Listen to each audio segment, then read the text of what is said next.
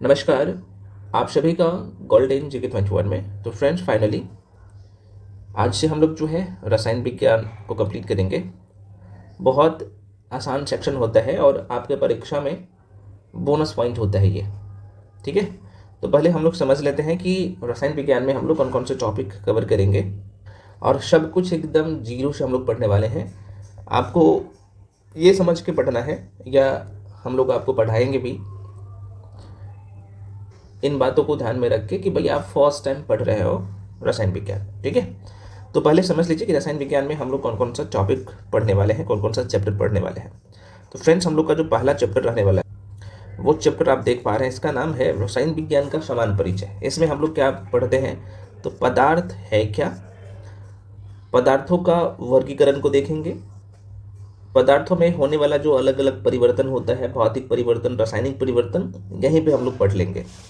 उसके बाद यहाँ पे यार बहुत सारे लोगों का यहाँ पे कन्फ्यूजन रहता है, आज क्लियर कर दूंगा और बच्चे जैसे आपको सब कुछ समझ में आ जाएगा, है ना। बच्चे जैसे आपको सब कुछ पढ़ाया जाएगा तो जाहिर सी बात आप समझ भी जाएंगे।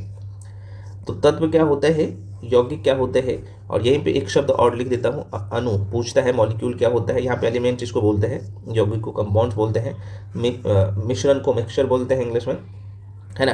परमाणु क्या होता है, एक शब्द और लिखना यहाँ पे छोड़ दिया, कोई बात नहीं, आगे हम लोग सब कुछ पढ़ेंगे। परमाणु क्या होते हैं, ठोस, द्रव, गैस, ताप पर क्या प्रभाव पड़ता है ना। मतलब ताप का क्या प्रभाव पड़ता है, कहने का मतलब ये है कि ठोस, द्रव, गैस में ताप का क्या प्रभाव पड़ता है।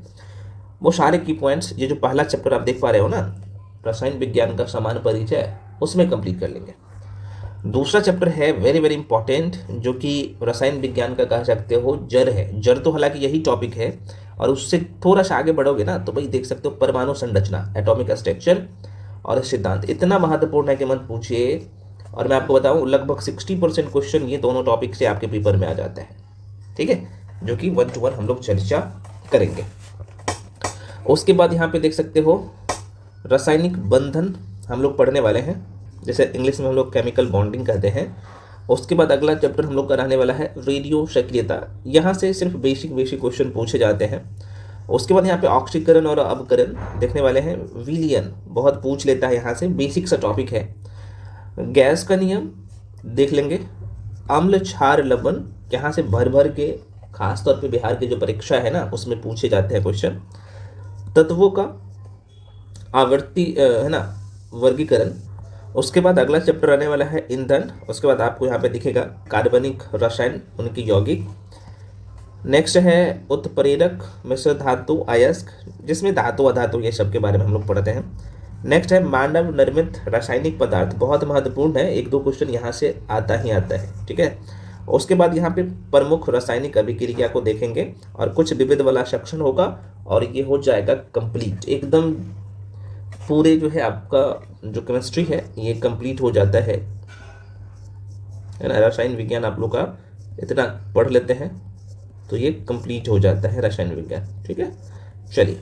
अच्छा, इसका जो बुकलेट है, कुछ लोग पूछते हैं सर बुकलेट हमें कहाँ पे मिलेगा, ये तो भाई आपको पता है कि ये ऑलरेडी आपको दे दिया गया है। जो लोग पेड बैच में हो आपको दे दिया गया है। ठीक है, तो भाई कंप्लीट बुकलेट आपको पेड बैच में मिलेगा। और हाँ, वन शॉट का बुकलेट आपको कहाँ पे मिल जाता है, टेलीग्राम पे, तो जाके जुड़ जाना। ठीक है, आइए अब बेसिक बातें समझ लीजिए, चूंकि मैं आपको स्टार्टिंग में ही बता दिया कि हम लोग रसायन विज्ञान को एकदम जीरो से पढ़ने वाले हैं, है ना। मैं ये सोच के पढ़ाऊंगा कि आप पहली बार रसायन विज्ञान पढ़ रहे हैं, है ना, केमिस्ट्री आप फर्स्ट टाइम पढ़ रहे हैं। अब एक पहला जो क्वेश्चन यहाँ से आपके मन में आएगा, क्योंकि आप इस सब्जेक्ट को पढ़ रहे हो, रसायन विज्ञान को पढ़ रहे हो, इस सेक्शन को पढ़ रहे हो, तो पहला क्वेश्चन तो माइंड में आएगा कि आखिर रसायन विज्ञान है क्या। अब यहाँ पे अगर हम आपसे पूछे कि भाई बताओ कि रसायन विज्ञान है क्या, किसे हम लोग रसायन विज्ञान कहते हैं, इसका डेफिनेशन क्या है, जो कि आप पढ़ रहे हो तो जाहिर सी बात है मन में तो क्वेश्चन आएगा। तो सीधे तौर पे और सीधे शब्दों में, साधारण शब्दों में बोल सकते हो कि रसायन विज्ञान विज्ञान की वह शाखा है जो पदार्थों के गुण, है ना, पदार्थों के गुण, संरचना। अब ये पदार्थ क्या है हम लोग अभी चर्चा करेंगे 1 to 1, है ना। तो संरचना, उनमें होने वाले परिवर्तन का या परिवर्तनों का अध्ययन करती है।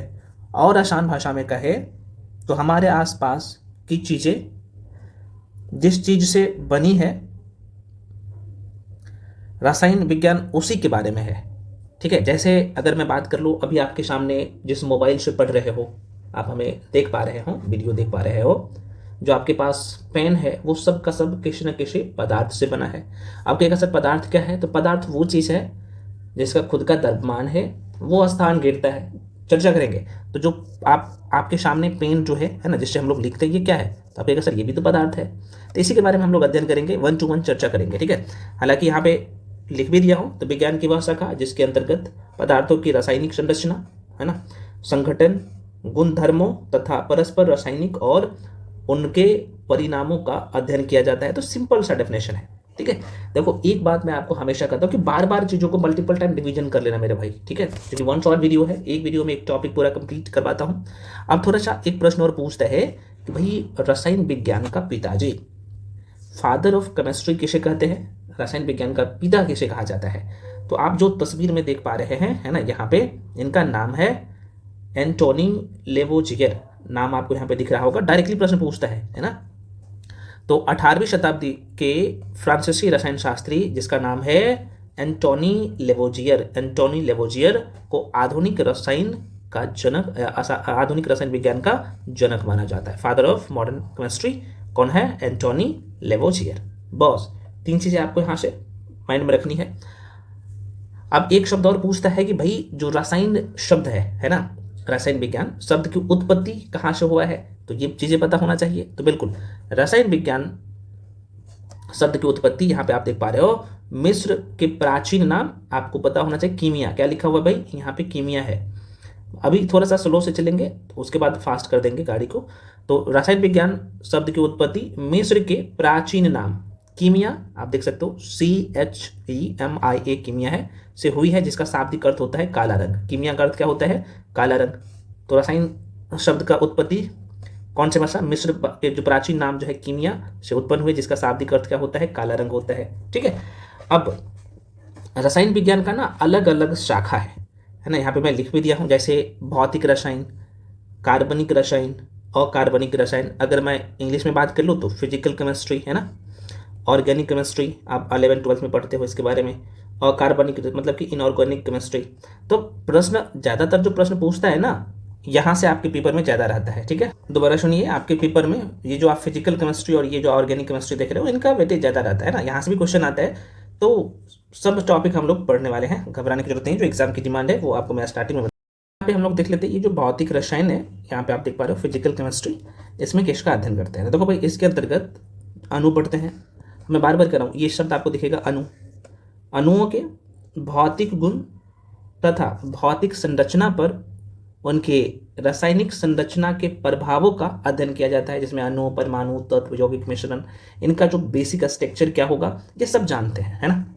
इसके अतिरिक्त इस शाखा में, मतलब कि फिजिकल केमिस्ट्री में, रासायनिक अभिक्रिया, है ना, केमिकल रिएक्शन जो हम लोग पढ़ते हैं ना, केमिकल रिएक्शन की दर, प्रकाश के रासायनिक प्रभाव का भी क्या करता है भाई, अध्ययन करता है। तो ये कुछ बेसिक बातें हैं जो कि डेफिनेशन आपको पता होना चाहिए, बस जो बता रहा हूँ करते जाइए। अब ये कार्बनिक रसायन क्या है सर, ऑर्गेनिक केमिस्ट्री की बात कर ले तो इसमें किसका अध्ययन किया जाता है। तो देखो, इसके अंतर्गत कार्बन एवं हाइड्रोजन से युक्त रासायनिक यौगिकों, केमिकल कंपाउंड्स अथवा उनके आपसी या अन्य तत्वों से क्रियाओं का अध्ययन किया जाता है। अगर मैं इसे और सीधे शब्द में कहूँ तो कार्बनिक रसायन रसायन विज्ञान की वह शाखा है जिसमें हम कार्बन परमाणुओं से बने यौगिक का अध्ययन करते हैं। जैसे हमारे जीवन का आधार जितने भी यौगिक है, जैसे कार्बोहाइड्रेट, प्रोटीन, DNA, ईंधन आपको दिखेगा, प्लास्टिक, खाद्य जो योजक पदार्थ है ना, प्रकाश संश्लेषण जो कि अभी मैं आपको बता दिया, ये सब का अध्ययन जो है ये हम लोग इसमें करते हैं। तो बेसिक बातें हैं। उसके बाद यहाँ पे अकार्बनिक, इनऑर्गेनिक केमिस्ट्री की बात कर ले, अकार्बनिक रसायन का, तो इसके अंतर्गत अकार्बनिक तथा गैर हाइड्रोकार्बनिक यौगिक तथा निर्जीव पदार्थों का अध्ययन किया जाता है। जैसे धातु हो गया, खनिज हो गया, साइल हो गया, रेडियो सक्रियता एक टॉपिक है।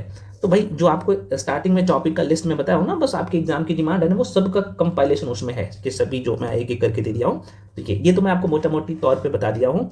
जब आप केमिस्ट्री पढ़ते हो तो इनका जो है कुछ अलग अलग ब्रांच है, जैसे बताया ना भी कि फिजिकल केमिस्ट्री, है ना, ऑर्गेनिक केमिस्ट्री और इनऑर्गेनिक केमिस्ट्री, है ना, भौतिक रसायन और कार्बनिक रसायन और अकार्बनिक रसायन, जो कि आपने देख लिया। ये तो कुछ बेसिक चीज़ें हैं। अब आते हैं मुद्दे पे, जो कि आपको मैं यहाँ पे फिर से बता दे रहा हूँ।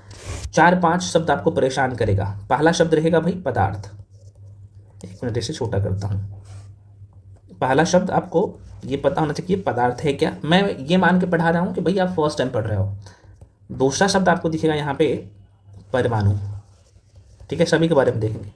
तीसरा शब्द आपको दिखेगा अणु, ये क्या है। चौथा आपको दिखेगा तत्व। पांचवा दिखेगा शब्द आपको यौगिक। और छठा शब्द दिखेगा मिश्रण, ठीक है, ये क्या है। तो बस एक एक करके सभी के बारे में हम लोग समझ लेने वाले हैं, ठीक है।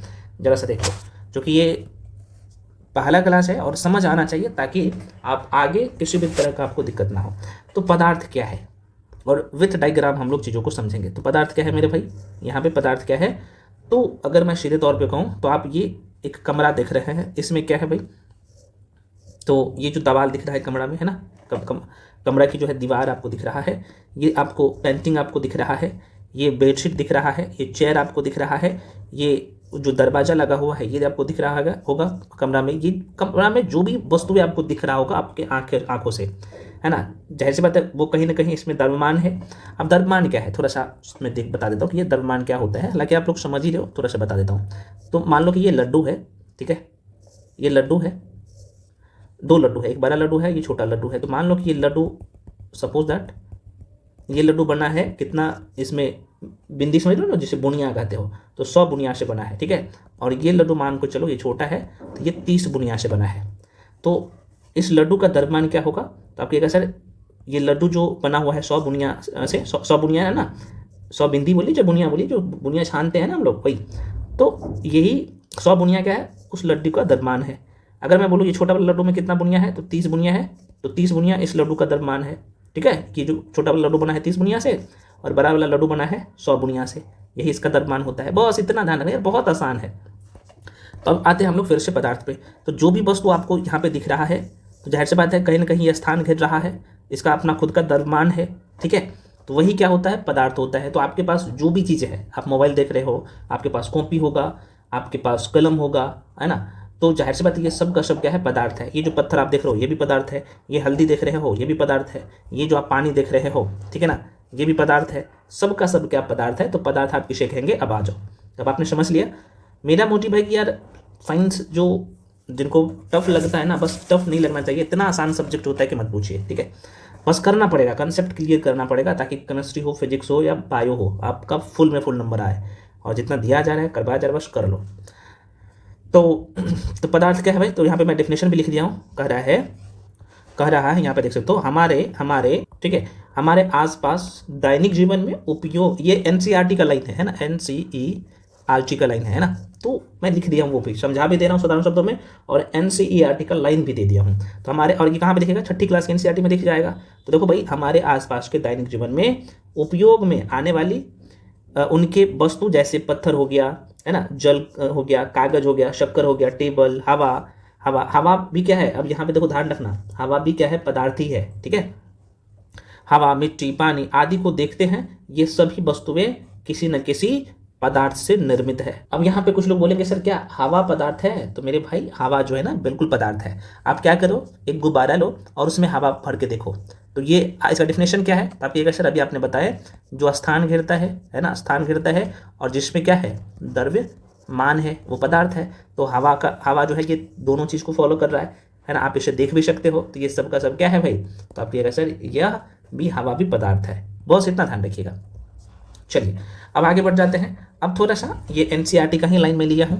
देखो भाई, मैं पुनः कर रहा हूँ, जो कंटेंट आपको दिया जा रहा है इसमें 6ठी से लेके 12th तक की एनसीईआरटी का कंपाइलेशन दे दिया हूँ, ताकि आपको किसी तरह का दिक्कत ना हो। हालांकि एनसीईआरटी का सीरीज में भी यूट्यूब पे दे दूंगा, वो करवा दूंगा 9th 10th और 11th की एनसीईआरटी, घबराइए नहीं।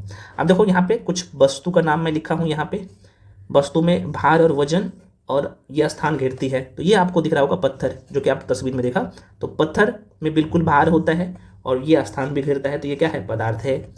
अगर मैं जल की बात करूं, अभी आपने देखा ना जल, यहाँ पे क्या ये स्थान भी घेरता है और द्रव्यमान भी होता है। सेम कंडीशन पत्थर का भी आपने देख लिया यहाँ पे, ठीक है। अब कपूर की बात कर लो तो ये भी क्या करता है, इसमें भार है, यहाँ पे स्थान घेर रहा है, तो जाहिर सी बात है आप इसे कहेंगे पदार्थ। ठीक है, तो ये कंडीशन फिलफुल हो गया। अब यहाँ पे इस लाइन को देखिएगा, अतः हम कह सकते हैं कि हमारे आसपास, हमारे आसपास, हमारे आसपास, हमारे आसपास, हमारे आसपास उनके वस्तुएं, हमारे आसपास अनेक, सॉरी उनके नहीं है, अनेक वस्तुएं जिनमें भार होता है, क्या होता है, भार होता है और स्थान घेरती हैं, उन्हें हम लोग पदार्थ, अच्छा पदार्थ को हम लोग, एक तो द्रव होता है जिसे इंग्लिश में लिक्विड कहते हैं, ये द्रव है ना, ये द्रव और ये द्रव्य, दोनों में अंतर है। इसका मतलब इस द, ये दर्शन जो अथा व यह जो होता है ना, इसका मतलब होता है पदार्थ। ठीक है, और ये द्रव जो आप देख पा रहे हो ये लिक्विड होता है ना, और ये मेटल होता है, तो गलती मत करिएगा दोनों में। ठीक है, चलो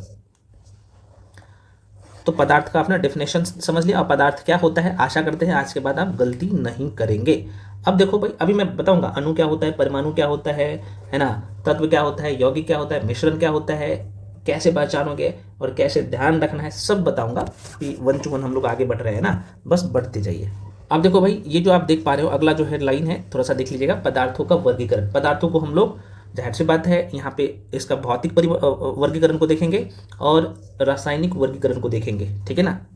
अब यहाँ पे देखो भाई, आपके मन में क्वेश्चन आएगा, ये जो पदार्थों का वर्गीकरण है जो हम लोग देखते हैं, दोबारा सुनिए, सॉरी बीच में हो रहा था, मैं ये बोल रहा था कि पदार्थों का भौतिक वर्गीकरण उनके बाहरी गुण पर आधारित होता है, जैसे ठोस हो गया है ना, ये गलत लिखा है, द्रव लिख लीजिएगा, है ना, द्रव होता है, ये लिक्विड होता है, द्रव होता है, ये द्रव जो लिखिए, ये द्रव जो था ना, ये इसका मतलब पदार्थ होता है ना, ये थोड़ा सा सही कर लीजिएगा, द्रव होता है, वह होता है, गैस हो गया। ठीक है ना। तो इसमें पदार्थ की रासायनिक संरचना में कोई परिवर्तन नहीं होता है, पर 1 to 1 हम लोग चर्चा करेंगे। ठीक है, अब यहाँ पे ठोस क्या होता है, द्रव क्या होता है, गैस क्या होता है, इसके बारे में भी हम लोग चर्चा करेंगे। वही अगर मैं बात करूँ यहाँ पे रासायनिक वर्गीकरण में, तो इसमें क्या होगा, तो पदार्थों की आंतरिक संरचना, पदार्थ आप समझ रहे हो ना, अगर मैं पदार्थ बोल रहा हूँ तो क्या है, तो आप कहिएगा हाँ बिल्कुल। तो रासायनिक वर्गीकरण में क्या होगा, पदार्थ की आंतरिक संरचना पर यह केंद्रित होता है, जैसे तत्व हो गया, आप यहाँ पे देखोगे तत्व हो गया, है ना, यौगिक आपको दिखेगा, तो तत्व में आपको धातु तत्व दिखेगा, धातु दिखेगा, उपधातु दिखेगा, चर्चा करेंगे। यौगिक में आपको कार्बनिक यौगिक और अकार्बनिक यौगिक दिखेगा। यहीं पे मिश्रण की बात कर लो, क्योंकि रासायनिक वर्गीकरण में क्या होता है ना कि इसमें शुद्ध पदार्थ को भी हम लोग देखते हैं और मिश्रण को देखते हैं। तो जरा सा यहाँ पे देख लो, एक बार मैं पुनः जो है क्लियर कर देता हूँ, बस समझ लीजिए। यहाँ पे मैंने आपको क्या बताया कि पदार्थों का वर्गीकरण में भौतिक वर्गीकरण और रासायनिक वर्गीकरण देखते हैं। तो भौतिक वर्गीकरण तो आपने देख लिया, ठोस, द्रव और गैस, है ना। रासायनिक वर्गीकरण में क्या है भाई, इसमें शुद्ध पदार्थ होगा, तो शुद्ध में अब यहाँ पे जाहिर सी बात है तत्व होगा और यौगिक होगा।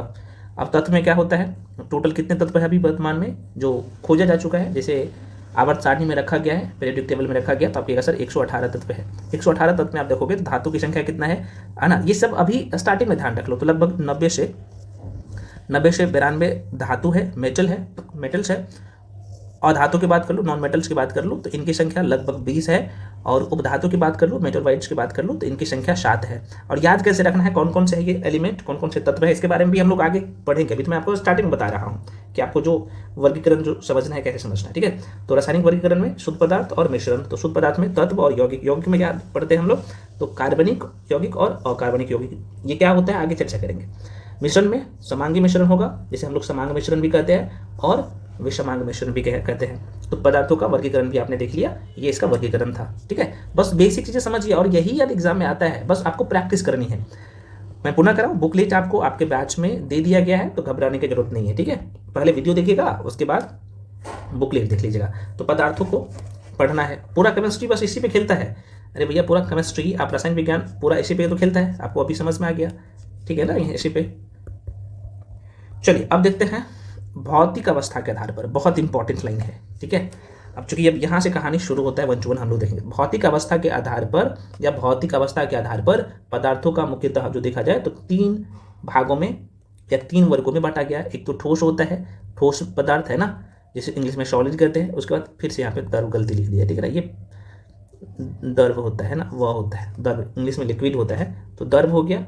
और यहाँ पे आपको गैस दिखेगा। ठीक है ना, इन्हें सही कर लीजिएगा बुकलेट में। ठीक है, प्रिंट आउट जब करवाओगे ना तो इसे सही कर लेना। अब यहाँ पे देखते हैं पदार्थों की अवस्था है ना, अवस्थाएं मतलब कि क्लासिफिकेशन ऑफ मैटर्स। अब यहाँ पे देखो ठोस अवस्था में, मान लो कि ठोस अवस्था में जो पदार्थ होगा, साफ साफ आपको दिख रहा था, जो भी वस्तु एक ठोस अवस्था में होगा उसका कण जो होगा ना, परमाणु का कण जो होगा एकदम नजदीक नजदीक होगा, पूरा नजदीक नजदीक होगा, तब ना ठोस होगा। तो ठोस में सबसे नजदीक नजदीक कण होगा, छोटे छोटे जो कण होगा, ये जो पदार्थ मान लो कि सपोज दैट ये कोई बॉक्स है ना, या फिर कोई लकड़ी है, मान लो ये लकड़ी है, तो इस लकड़ी जो बना है एकदम जैसे बात इसमें ठोस में से काउंट करोगे तो ठोस पदार्थ में जो कण होगा पूरा नजदीक नजदीक होगा, तब ना ठोस होगा। तो ये ठोस अवस्था हो गया। फिर से यहाँ पे द्रव लिख लीजिएगा। द्रव अवस्था लिक्विड स्टेट में जो पदार्थ होगी आपको उसका कहीं ना कहीं इसके कंपेयर में इसका जो कण होगा थोड़ा सा दूर दूर होगा, है ना। गैसीय अवस्था में इससे भी थोड़ा सा दूर दूर पे होगा, आपको यहाँ पे तस्वीर में दिख रहा होगा। तो ठोस अवस्था का जो पदार्थ होगा उसका कण जो होगा एकदम नजदीक नजदीक होगा। द्रव अवस्था में लिक्विड स्टेट में आपको जो पदार्थ दिखेगा या जो भी वस्तुएं दिखेगी कहीं ना कहीं उसका जो स्ट्रक्चर होगा दूर दूर में क्या होगा, इसके कंपेयर में थोड़ा सा दूर दूर में इनका कण होगा, है ना, इसका कण दूर दूर में होगा। गैसीय में उससे ज़्यादा भी दूर दूर में होगा, तो आपको देख पा रहे हैं। तो ये कुछ बेसिक बातें हैं। अब देखो ठोस को थोड़ा सा मैं डिफिनेशन भी लिख दिया हूँ ताकि भाई 1 to 1 स्टेप बाय स्टेप आप पढ़ते जाओ और माइंड में सेट होते जाएगा। ठोस अवस्था लिख दिया हूँ तो कह रहे हैं कि इसका आयतन, ठोस अवस्था का क्या होता है, इसका आयतन और आकार, आयतन और आकार दोनों निश्चित होता है, पूछता है, जैसे पत्थर, कोयला, ये ठोस अवस्था में पाया जाता है। अब कहेगा सर आयतन और आकार है, होता क्या है, आप डायग्राम से समझा दीजिए, कोई बात नहीं, समझा देता हूँ। अब थोड़ा सा देख लो ये दोनों का, मैं चूंकि ये शब्द आपको दिखेगा आगे, आयतन आपको जो वॉल्यूम दिखेगा, है ना, और ये जो आकार आप देख पा रहे हो शेप, ये दोनों में क्या अंतर है। सपोज दैट मैं क्या करता हूँ, एक ग्लास बना लेता हूँ, यहाँ पे जरा सा देखो, ठीक है, ये ग्लास, और एक मैं गेंद बना लेता हूँ। तो गेंद आप देख पा रहे हो, ये गेंद है, ठीक है। तो गेंद कहीं ना कहीं आप देखोगे इसका जो आकार है, इसका जो शेप है क्या है, गोल है ना। तो आप कह सकते हो कि सर गेंद का जो आकार है ना वो शेप, सॉरी गोल आकार है ना। और यहीं पे मैं पूछ दूं कि भाई ये ग्लास जो आप देख पा रहे हो, है ना, ये ग्लास जो आप देख पा रहे हो, इसमें जो पानी भरा हुआ है, ये पूरा ग्लास पानी भरा हुआ है, यही इसका क्या है, आयतन है, ठीक है। ये पूरा जो ग्लास पानी भरा हुआ है, तो ये जो भरा हुआ पानी आपको दिख रहा होगा, ये उसकी आयतन को दर्शा रहा है। तो सीधे तौर पर बोल सकते हो कि आकार यानी शेप किसी भी चीज़ की बाहरी बनावट होती है, जैसे गेंद गोल होती है, या किताब की बात कर लो तो किताब चौकोर होता है। आयतन की वहीं पे मैं बात कर लो तो आयतन यानी वॉल्यूम, है ना, वॉल्यूम ऐसे बोल सकते हैं। वॉल्यूम यह बताती है कि कोई वस्तु कितनी जगह घेरता है, ये पानी कितना जगह घेरे है, तो कोई वस्तु कितना जगह घेरता है वो क्या है भाई, तो आप कहिएगा सर यह आयतन होता है। तो आकार और आयतन के लेके मन में कन्फ्यूजन बिल्कुल अब नहीं रहना चाहिए, ठीक है। जैसे पत्थर हो गया, कोयला हो गया, तो ये सब का सब क्या है, ठोस पदार्थ है, ठीक है ना। कहीं ना कहीं इसका कुछ शेप होगा, कुछ आयतन घेरेगा, है ना।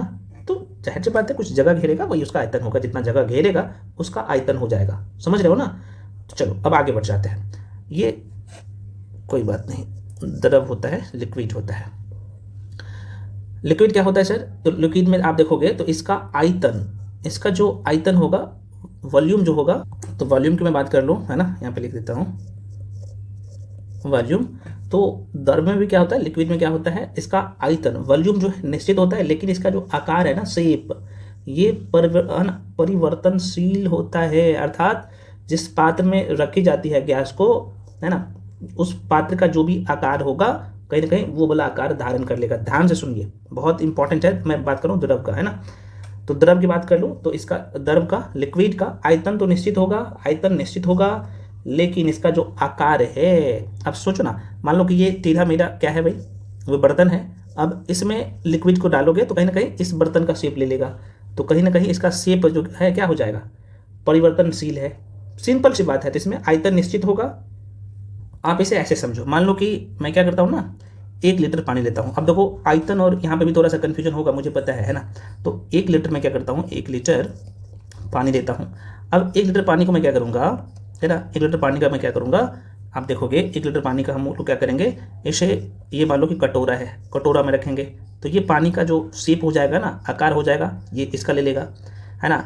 वहीं पे अगर मैं एक गिलास में रखूँगा पानी को, है ना, यहाँ पे, तो ये गिलास का जो शेप होगा कहीं ना कहीं वो शेप धारण कर लेगा।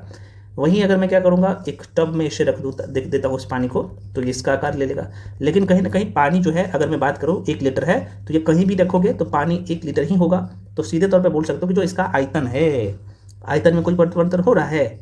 1 लीटर पानी का आयतन को दर्शाता है, ठीक है। बाकी जो जिस शेप में रख रहे हो, जिस बर्तन में रख रहे हो, कहीं ना कहीं उस बर्तन का शेप ले रहा है, तो उसमें क्या हो रहा है, शेप में परिवर्तन हो रहा है। तो बस इतना समझो यार, इतना हलवा है ना, और इसी को पता नहीं लोग कैसे करके समझाते हैं। तो बस इतना समझो, बस मेरा काम है एक बार कंसेप्ट क्लियर कर लो, फिर किसी एग्जाम में बैठोगे ना भाई बोनाफाइड बन जाओगे। तो आशा करते हैं आयतन और आकार के लेके मन में डाउट क्लियर हो गया होगा। तो 1 लीटर जो है पानी क्या है भाई, 1 लीटर पानी क्या है, तो आप कहेगा 1 लीटर पानी ये इसका आयतन को दर्शाता है, और जिस बर्तन में रख रहे हो अलग अलग बर्तन में उसका आकार को बता रहा है। तो यहाँ पे आप देख रहे हो इसकी जो मात्रा है ना, मात्रा में कोई चेंज हो रहा है, दोबारा सुनिए, मात्रा में कोई चेंज नहीं हो रहा है, मतलब आयतन इसका मात्रा को दर्शा रहा है। तो 1 लीटर है, ये मात्रा को दर्शाता, मात्रा में कोई परिवर्तन नहीं हो रहा है, निश्चित है। बाकी आकार इसका अनिश्चित हो रहा है ना, अनिश्चित नहीं परिवर्तनशील है। तो आपने ये द्रव फ्रेंड्स इसे समझ लीजिएगा, ये द्रव है, ये द्रव्य नहीं है, इसका मतलब पदार्थ होता है। अभी मैं बताऊँ ना, इसका मतलब पदार्थ होता है, पदार्थ होता है। कोई बात नहीं, लिखने में स्पीड हो जाता है ना, और आपको पता है कि सारे सब्जेक्ट का हमने डिटेल नोट्स बनाया है, तो हो जाता है थोड़ा सा, लेकिन आप उसे सही कर लीजिएगा। तो आपने देख लिया, तो कह रहा है कि द्रव की बात कर लो, लिक्विड की बात कर लो, तो इसका आयतन निश्चित है लेकिन आकार परिवर्तनशील होता है, अर्थात जिस पात्र में रखी जाती है उस पात्र का स्थान ग्रहण कर लेती है, जैसे पानी, दूध, तेल, है ना, आपने देख लिया। अब थोड़ा सा गैस का समझ लो, है ना, इसका क्या फंडा है। तो आज के बाद गलती नहीं करोगे, मुझे पता है ना, और इसी को लोग रटते रहते, भाई रटने वाला चीज़ है, कितना रटोगे, सब चीज़ रटबे करोगे तो फिर समझ में कैसे आएगा, बाकी सब सब्जेक्ट में है ना, तो रटना नहीं होता है, बस एक बार अच्छे से पढ़ लीजिए। अब गैस क्या होता है, तो इसका आयतन अब बिल्कुल आपको समझ में आ गया। आयतन तो मतलब 1 kg गैस की मैं बात करूंगा तो आयतन क्या होगा। अब यहाँ पे भी लोगों के मन में कन्फ्यूजन रहता है सर कि गैस में भी तो ऐसा हो सकता है ना कि भाई गैस में जिस बर्तन में हम उसको रखते हैं गैस को, तो 1 kg मान लो कि गैस है ना, 1 kg, तो 1 kg जाहिर सी बात है 1 kg इसका द्रव्यमान है, ठीक है ना, द्रव्यमान है, ठीक है ना। लेकिन यहाँ पे कंडीशन पानी और गैस में क्या होता है कि देखो, पानी को मान लो कि बड़ा बर्तन में रखोगे, छोटा बर्तन में आपको 1 गिलास पानी है, और ये कोई टॉप में पानी को रखोगे तो इतना पानी है, तो जाहिर सी बात है इसमें इतना ही जगह घेरेगा, ठीक है ना। तो ये कहीं ना कहीं जगह तो घेर रहा है ना, लेकिन गैस को क्या करोगे ना, अब मान लो कि ये इसमें 1 kg गैस है, ये पूरा भरा हुआ है, और यहाँ पे 5 kg वाला बर्तन में रखोगे तो ऊपर भी ये हर जगह फैल जाएगा, है ना, पूरा फैल जाएगा यहाँ पे, समझे हो ना। तो यहाँ पे गैस में क्या होता है कि यह आयतन और आकार दोनों परिवर्तनशील होता है, इसी कारण से, ठीक है ना। क्योंकि आप बड़े बर्तन में पानी को रखोगे तो बस जितना यहाँ पे आयतन घेरे था ना, जितना जगह लिया था उतना जगह यहीं पे उतना ही जगह लेगा ना। गैस में क्या होगा, ये मान लो कि 5 किलो का ये था, सपोज दैट ये 5 किलो का ये गैस सिलेंडर है, और ये मान लो कि 15 किलो का गैस सिलेंडर है, इसमें डालोगे तो ये पूरे सिलेंडर में फैल जाएगा, ठीक है ना, पूरे सिलेंडर में फैल जाएगा। तो दोनों में ये अंतर है, यहाँ पे लोग कन्फ्यूजन में रहता है। पता है कि द्रव्यमान जाहिर सी बात है हर जगह सेम ही रहेगा, मतलब कि द्रव्यमान करने का मतलब जैसे मान लो 1 kg है तो kg में द्रव्यमान में कोई परिवर्तन नहीं होगा, लेकिन इसका जो आयतन है ना, आयतन में चेंज होगा। तो गलती मत करिएगा यहाँ पे। देखो भाई, जो भी चीज़ें समझ में नहीं आता है ना, तो यहाँ पे पूछ सकते हो, कोई इशू नहीं है, हम आपको 1 to 1 सब कुछ समझाते हैं। और आशा ये भी करते हैं कि आज के बाद, ये वीडियो देखने के बाद कोई कन्फ्यूजन आपके मन में रहेगा ही नहीं, ठीक है। तो बस साइंस पढ़ाने का यही अप्रोच भी होना चाहिए, और साइंस आपके पेपर में बोनस पॉइंट होता है, आपके एग्जाम में जो आता है क्वेश्चन, बस बशर्ते आपको अब ये तय करता है कि आप रट के जाते हो या समझ के जाते हो। जो समझ के जाते हैं तो कंसेप्ट बेस्ड क्वेश्चन आए या स्टेटमेंट बेस्ड क्वेश्चन आए या फैक्चुअल आए, सब बना लेते हैं। जो रट के जाते हैं मन लाइनर, तो जाहिर सी बात है वो चीज़ माइंड पे नहीं रहेगा तो नहीं बनेगा, कहीं ना कहीं कितना रटोगे। तो गैस में क्या होता है, आयतन और आकार दोनों परिवर्तनशील होता है, जैसे कोल गैस, मार्स गैस, CH4 आदि, ठीक है। अब यहाँ पे देखो, ठोस, फिर से यहाँ पे मैं स्टिक किया, द्रव लिखिएगा फ्रेंड्स, द्रव नहीं है, ठोस, द्रव, गैस के अलावा पदार्थ की 2 अवस्था और होती है, एक तो प्लाज्मा अवस्था होता है, और अगला जो होता है दूसरा आप देख सकते हो बोस-आइंस्टीन कंडेंसेट। ये तीसरा अवस्था, चौथा अवस्था प्लाज्मा, और 5वां अवस्था बोस-आइंस्टीन कंडेंसेट होता है, जो कि हम लोग थोड़ा सा देख लेते हैं इसके बारे में भी। अब देखो, इसका जो डिफिनेशन है ना प्लाज्मा अवस्था का, जिसे हम लोग चौथी पदार्थ की चौथी अवस्था कहते हैं, तो आप इसे ऐसे ध्यान रखना, प्लाज्मा पदार्थ की चौथी अवस्था है। आसान भाषा में और समझ लेते हैं तो आप कह सकते हो कि गैस को बहुत ज़्यादा गर्म किया जाता है। कितना, तो ये कितना है आप देख सकते हो, ये 20 है ना, 20,000 डिग्री सेल्सियस है ना, 20,000 डिग्री सेल्सियस है ना, बहुत ज़्यादा गर्म करेंगे। दोबारा सुनिए, जब हम गैस को ना बहुत ज़्यादा 20,000 डिग्री सेल्सियस पर गर्म करेंगे ना, तो इसका जो है ना क्या होगा, परमाणु क्या करेगा, इसके जो परमाणु होगा, है ना, गैस का जो परमाणु होगा, ये इलेक्ट्रॉन को खो देता है। अब कैसे खोता है वो हम लोग आगे पढ़ेंगे, है ना। तो इलेक्ट्रॉन खो देता है और आयन बन जाते हैं, और यह आयन और इलेक्ट्रॉन मिलकर एक विशेष प्रकार का मिश्रण बनाते हैं जिसे हम प्लाज्मा अवस्था कहते हैं। ठीक है, तो बस अब इतना ध्यान रखना। हालांकि मैं डेफिनेशन भी लिख दिया हूँ, ये एनसीईआरटी का लाइन ही लिखा हूँ। तो कह रहा है कि प्लाज्मा अवस्था का तापमान 20,000 डिग्री सेल्सियस होता है। सूर्य एवं तारों की उष्मा मतलब कि ऊर्जा प्लाज्मा अवस्था के कारण होती है। ठीक है, प्लाज्मा का कोई जो है निश्चित आकार या निश्चित आयतन नहीं होता है, ये भी थोड़ा सा ध्यान रखिएगा, है ना।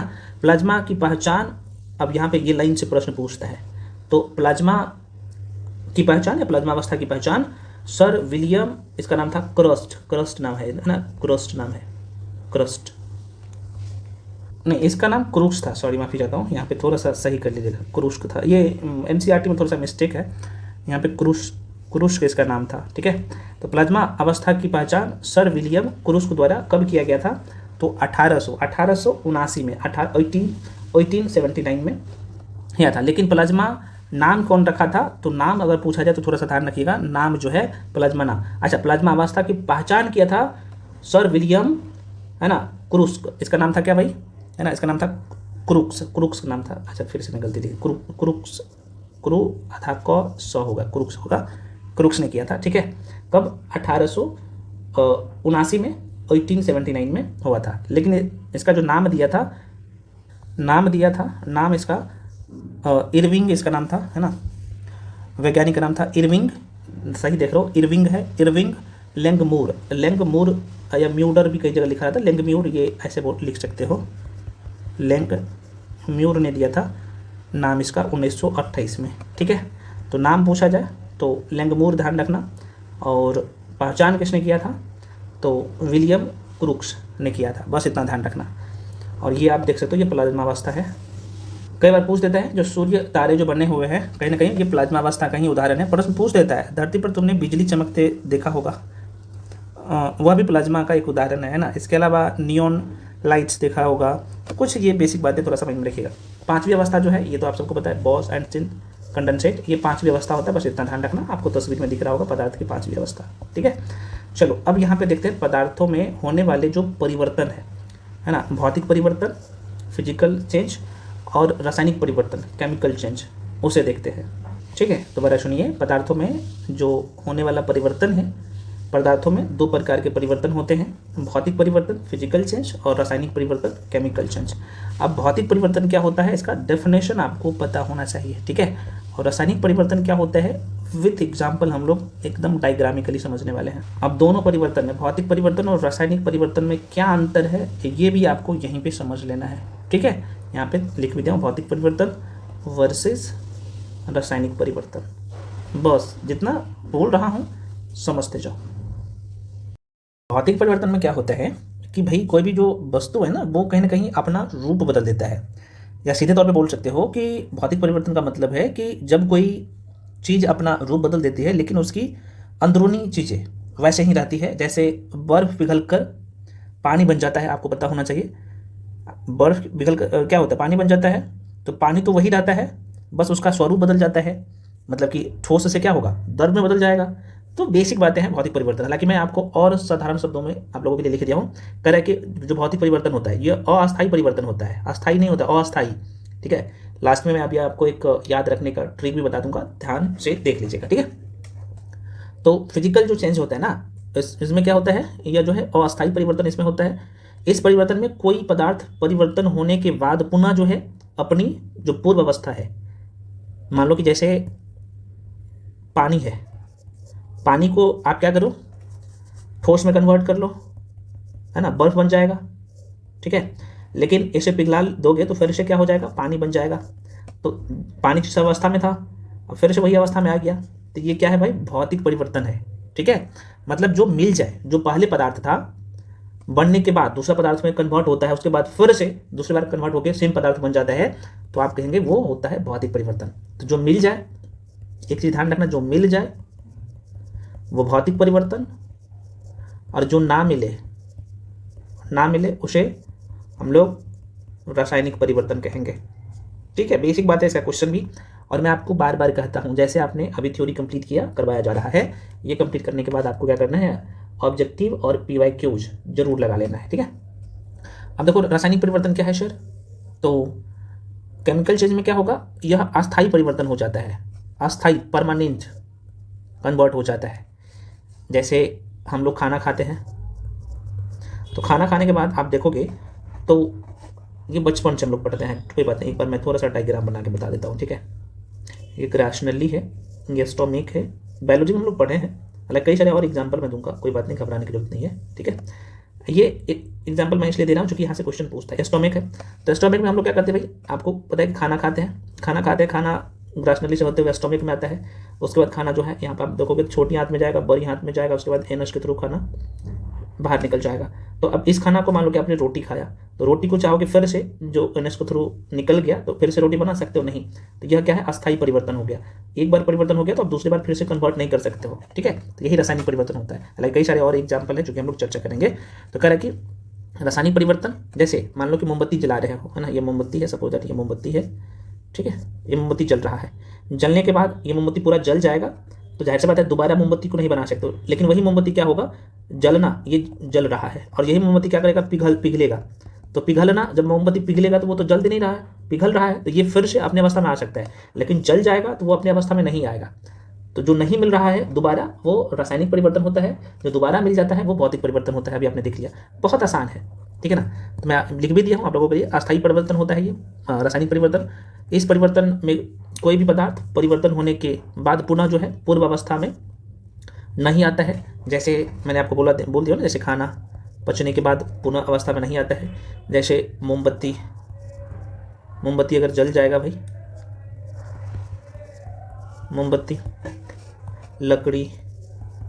लकड़ी का जलना, कई सारे एग्जाम्पल है, आगे हम लोग चर्चा करेंगे, मैं लिख दिया हूँ। तो ये सब का सब क्या है, रासायनिक परिवर्तन है। अब देखो दोनों में क्या अंतर है, ये वेरी वेरी इंपॉर्टेंट, ये जो है चार्ट है, ध्यान में रख लीजिएगा। तो यहाँ पे जो आप देख पा रहे हैं ये भौतिक परिवर्तन है, और यहाँ पे आप जो देख पा रहे हैं फ्रेंड्स, ये है रासायनिक परिवर्तन। तो देखो यहाँ पे क्या है, CO2 से सूखी बर्फ बनाना। अब ये क्या है, भौतिक परिवर्तन है CO2 से। अब देखो इसमें क्या है, अब कार्बन है और ऑक्सीजन है। ऑक्सीजन को क्या, वो परमाणु है। अब यहाँ पे कुछ लोग बोलेंगे ना, ये सर भौतिक परिवर्तन है भाई, सॉरी भौतिक परिवर्तन ही है, रासायनिक परिवर्तन है। कुछ लोग बोलेंगे भाई रासायनिक परिवर्तन नहीं है, ठीक है। अब यहाँ पे आप देखो CO2 से सूखी बर्फ बनना एक भौतिक परिवर्तन है। इसमें एक को कार्बन है, दो को क्या है भाई, ऑक्सीजन है। आपको यहाँ पे साफ साफ दिख रहा होगा। तो इसमें इसका पहचान बदलता है, उसका अवस्था में, उसकी जो अवस्था है उसमें कोई चेंज नहीं हो रहा है। आपको यहाँ पे साफ साफ दिख रहा होगा, क्योंकि ये गैस से सीधे ठोस में हो रहा है। गैस से सीधे किस में कन्वर्ट हो रहा है, ठोस में कन्वर्ट हो रहा है, जिसे हम लोग कहते हैं सब्लिमेशन और उर्ध्वपातन। तो ये भौतिक परिवर्तन होता है, और ये आपके ऑप्शन में आता है कि CO2 से सूखी बर्फ बनना क्या है, ये ध्यान रखिएगा, भौतिक परिवर्तन है। मक्खन का, है ना, खट्टा होना रासायनिक परिवर्तन है ना। यहाँ पे आप ये दोनों चार्ट को देख लेना। मोमबत्ती का पिघलना, देखो ये पिघल रहा है तो भौतिक परिवर्तन है। मोमबत्ती जल रहा है, रासायनिक परिवर्तन है। पानी से बर्फ बनना, देखो पानी से बर्फ बनना, फिर से कन्वर्ट कर सकते हो इसे, तो ये भौतिक परिवर्तन है। अगरबत्ती का जलना रासायनिक परिवर्तन है। पानी का वाष्प बनना, देखो पानी वाष्प बन रहा है तो फिर से क्या होगा, वाष्प से पानी बन जाएगा, तो ये भौतिक परिवर्तन है। खाना अगर पच जाता है तो ये रासायनिक परिवर्तन है, जो कि खाना पच जाएगा तो पचा हुआ खाना को फिर से कन्वर्ट नहीं कर सकते हो, ठीक है ना। चाय या नमक का पानी में मिश्रण, ये भौतिक परिवर्तन। लकड़ी का जलना, ईंधन का जलना, लोहे पर जंग लगना, ये भी रासायनिक परिवर्तन है। जैसे ऑक्सीकरण कहते हैं ना, ये कई बार ये शब्द देके देगा, ऑक्सीकरण जो है, ऑक्सीडेशन जो होता है, ये भौतिक परिवर्तन होता है या रासायनिक, तो ये रासायनिक परिवर्तन होता है। ये सब भौतिक परिवर्तन इस साइड में। शुष्क बर्फ का जो है सब्लिमेशन आप सभी लोग समझ रहे हो, ये भौतिक परिवर्तन होता है। दूध का दही बनना भौतिक रासायनिक परिवर्तन है। कपूर का जलना, देखो ये कपूर जल रहा है। अब यहाँ पे कुछ लोगों के मन में डाउट होगा कि सर ये तो कपूर जल रहा है, तो ये रासायनिक परिवर्तन होना चाहिए, क्योंकि फिर से कन्वर्ट नहीं कर सकते। भैया कर सकते हो, कपूर जलता है ना, तो ये भौतिक परिवर्तन है। अब यहाँ पे कन्फ्यूजन में रहते हैं ना, देखो कपूर ठोस होता है, आपको पता होना चाहिए। देखो ये कैसा है भौतिक परिवर्तन, ठीक है, तो ये ठोस है भाई।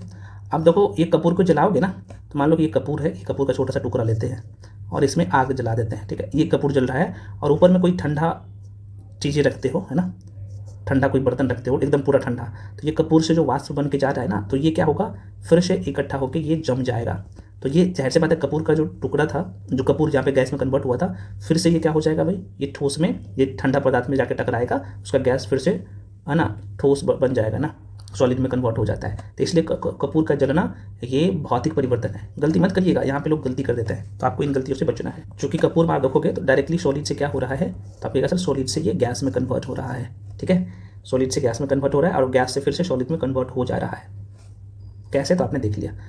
चलो, तो कपूर का जलना यह जो है क्या है, तो भौतिक परिवर्तन है, ना कि रासायनिक परिवर्तन, ध्यान रखिएगा। उसके बाद पे अम्लकृत जल का वैद्युत अपघटन, ये भी भौतिक परिवर्तन है। और लोहे का मैंने क्या बोला, लोहे का चुंबकीयकरण, ये क्या है, भौतिक परिवर्तन है, ठीक है। चलो बाकी यहाँ पे आप देख सकते हो, जैसे दूध से दही बनना रासायनिक परिवर्तन है, फास्फोरस को केरोसिन तेल में डालना, ये भी क्या है, तो रासायनिक परिवर्तन है। सोडियम को पानी में डालना, यह भी रासायनिक परिवर्तन है। प्लेटिनम तार का जलना, ये भी रासायनिक परिवर्तन है। पदार्थों का, ये मैं लिखा हूँ किण्वन, है ना, किण्वन, तो ये भी क्या है, रासायनिक परिवर्तन है।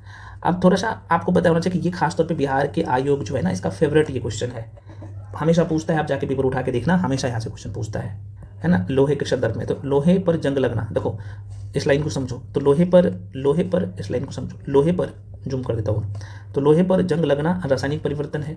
लोहे पर जंग ऑक्सीकरण और नमी की उपस्थिति में लगता है ना।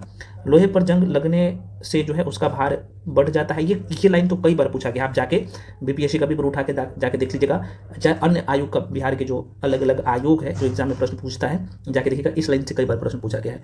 लोहे के जंग लगने से बचाने के लिए हम लोग जस्ते का लेपन करते हैं, है ना, और यह प्रक्रिया को हम लोग क्या कहते हैं, जस्तीकरण कहते हैं, ठीक है। लकड़ी को कीड़े मकोड़े से बचाने के लिए उस पर जो है हम लोग ZnCl2 का, है ना, ZnCl2 का मतलब कि जिंक क्लोराइड का, है ना, ये Zn से जिंक हो गया और Cl से क्लोराइड हो जाएगा, कोई बात नहीं, आगे हम लोग ये क्या है इसके बारे में भी चर्चा करेंगे। तो जिंक क्लोराइड का लेपन किया जाता है, वेरी वेरी इंपॉर्टेंट है, हो सकता है कि आगे आपके पेपर में ये क्वेश्चन आए, पूछे जा सकते हैं, माइंड में रखिएगा। ये लकड़ी को कीड़े मकोड़ों से बचाने के लिए जिंक क्लोराइड का उसमें लेपन किया जाता है ना, ZnCl2 का प्रयोग किया जाता है ना। इसमें कितने परमाणु है और कितने एलिमेंट है, कहिएगा सर 2 एलिमेंट है, ठीक है। मैंने रखिएगा प्रश्न, ये छोटे छोटे पूछता है। जस्ते की कमी से धान में कौन सा रोग होता है, तो ये खीरा रोग होता है, ये भी प्रश्न ऑलरेडी पूछा गया है, तो माइंड में रखिएगा। अब देखिएगा अगला लाइन क्या कहता है, कह रहा है कि रासायनिक संगठन के आधार पर, मैं क्या बोला हूँ, रासायनिक संगठन के आधार पर द्रव को मुख्यतः 3 प्रकार में यहाँ पे द्रव है, सही देख रहे हो, ये लिक्विड नहीं है, ये द्रव है, मेटर है ना, ये मेटर है, पदार्थ है, जिसे हम लोग पदार्थ कहते हो। तो रासायनिक संगठन के आधार पर पदार्थ को या द्रव्य को मुख्य रूप से 3 प्रकार से वर्गीकृत किया जाता है। कौन कौन सा, किसके आधार पर, तो रासायनिक संगठन के आधार पर।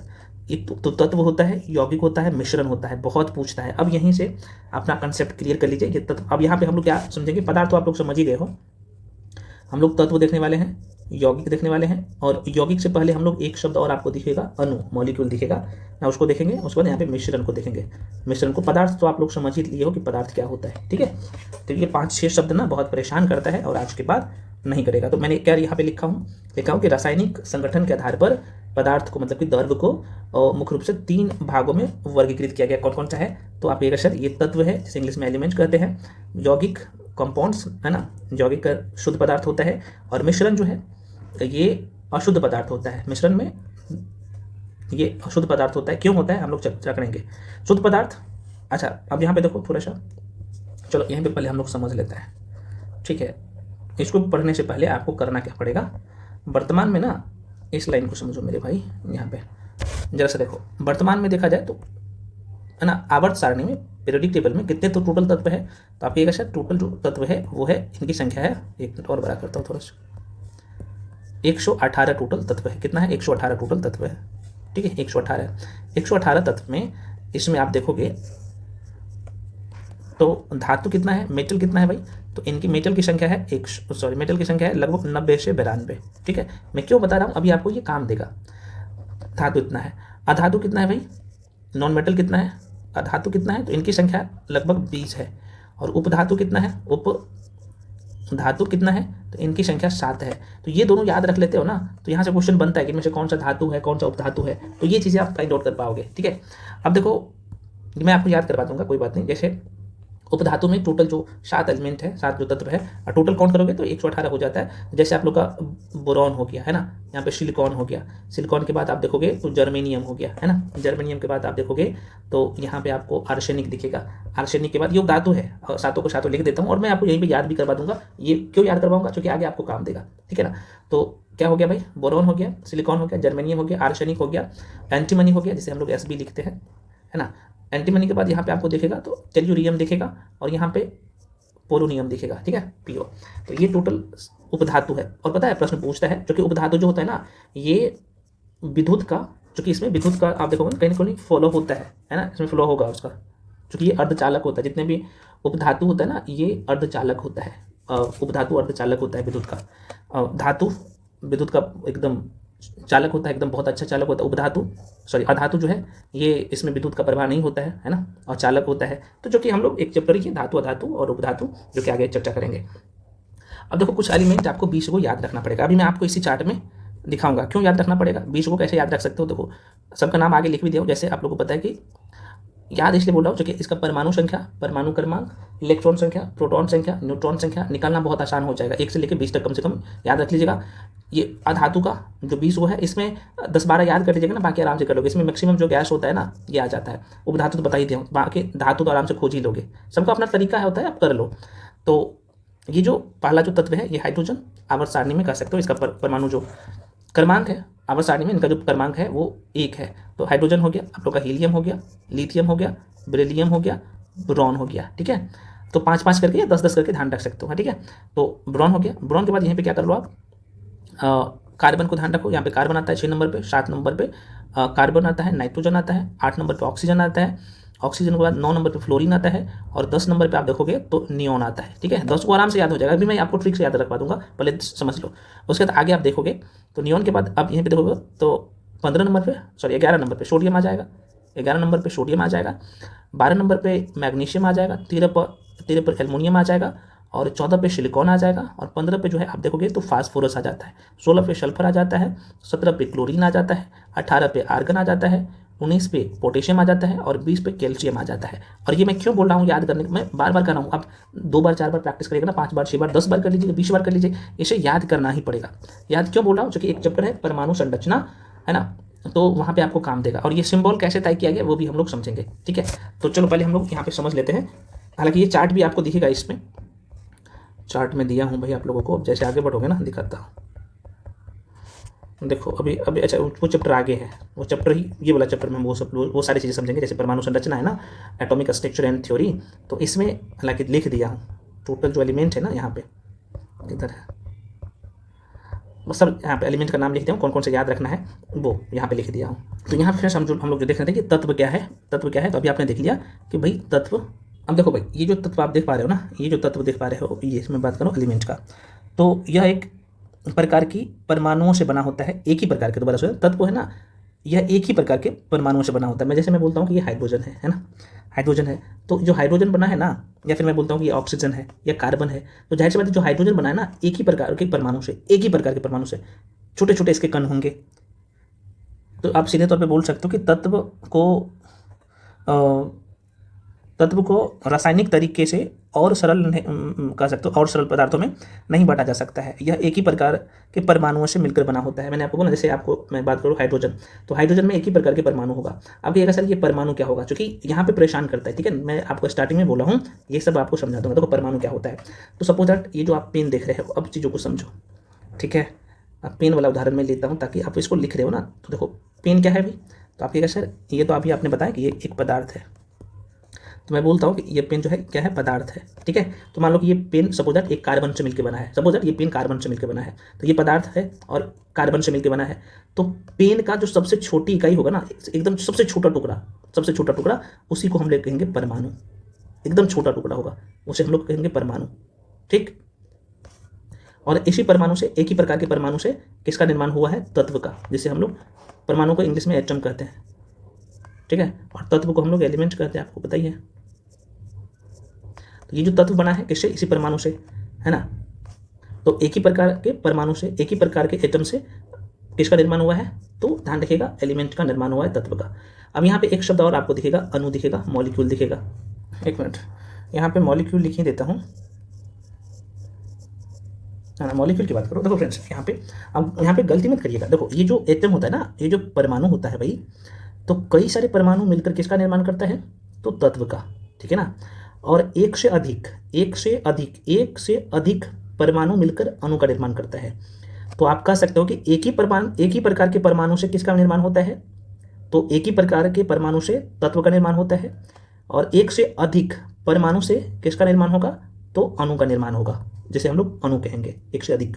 जैसे ये हाइड्रोजन है, या यहाँ पे बात कर लो ऑक्सीजन का, तो ये ऑक्सीजन है भाई ये, और ऑक्सीजन का 2 परमाणु जिसे हम लोग O2 कहते हैं, क्योंकि ये ज़्यादा देर तक वो जो आप देख पा रहे हो ना ऑक्सीजन, ये वातावरण में है ना क्या रहता है, अकेला नहीं रह सकता, स्थायी अवस्था में नहीं रह सकता है ना, तो इसलिए जैसे हम लोग जल कहते हो ना, सॉरी जल H2O होता है, माफी चाहता हूँ, जैसे हम लोग ऑक्सीजन कहते हैं, जैसे हम लोग सांस लेते हैं, तो इस आप देख सकते हो कि ये जो O2 आप देख पा रहे हो इसमें क्या है, तो O2 में 2 ऑक्सीजन के परमाणु है, तो जाहिर सी बात है ये ऑक्सीजन का अणु है, आप बोल सकते हो।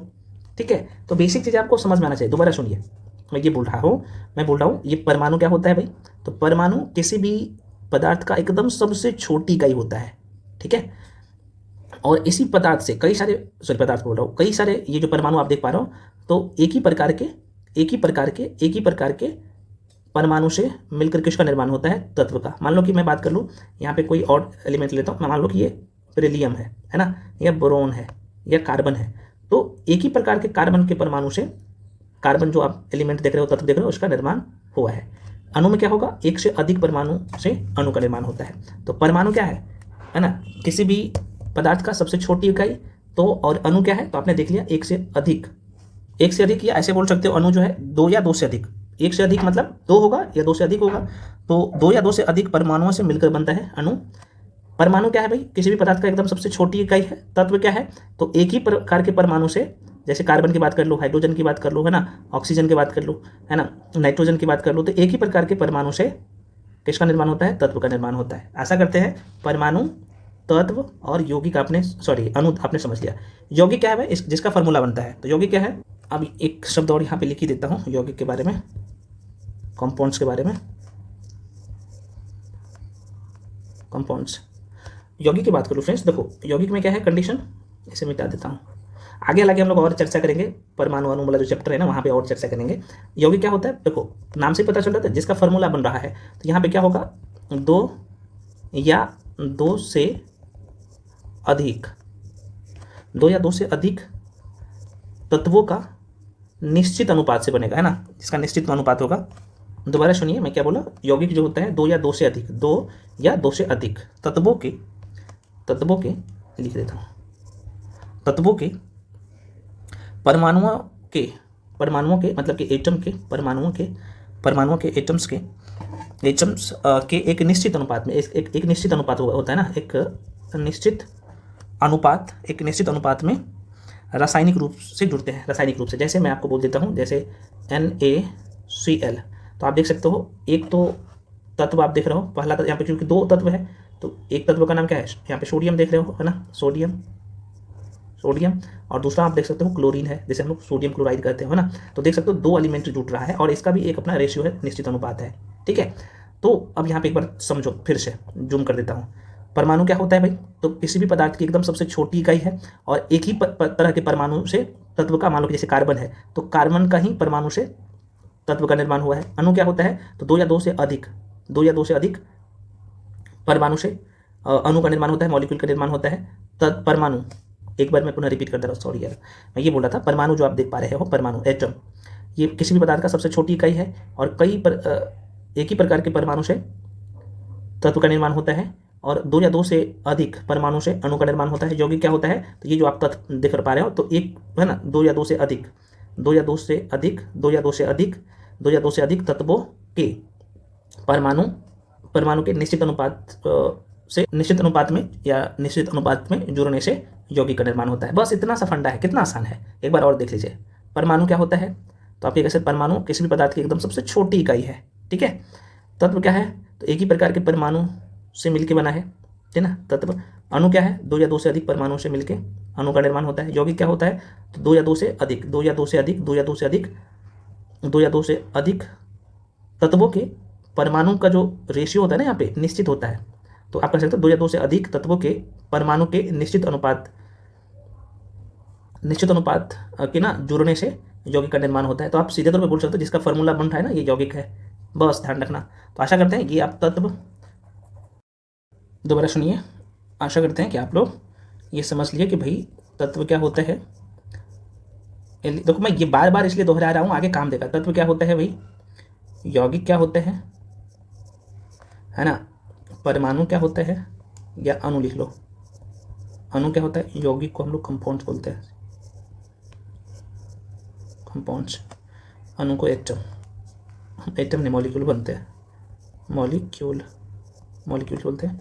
अगला परमाणु, जिसे हम लोग एटम बोलते हैं। तो सभी को समझ लिया, एक बार पुनः रिपीट कर लो। देखो तत्व क्या होगा, आप ये कहा सर एक ही प्रकार के परमाणु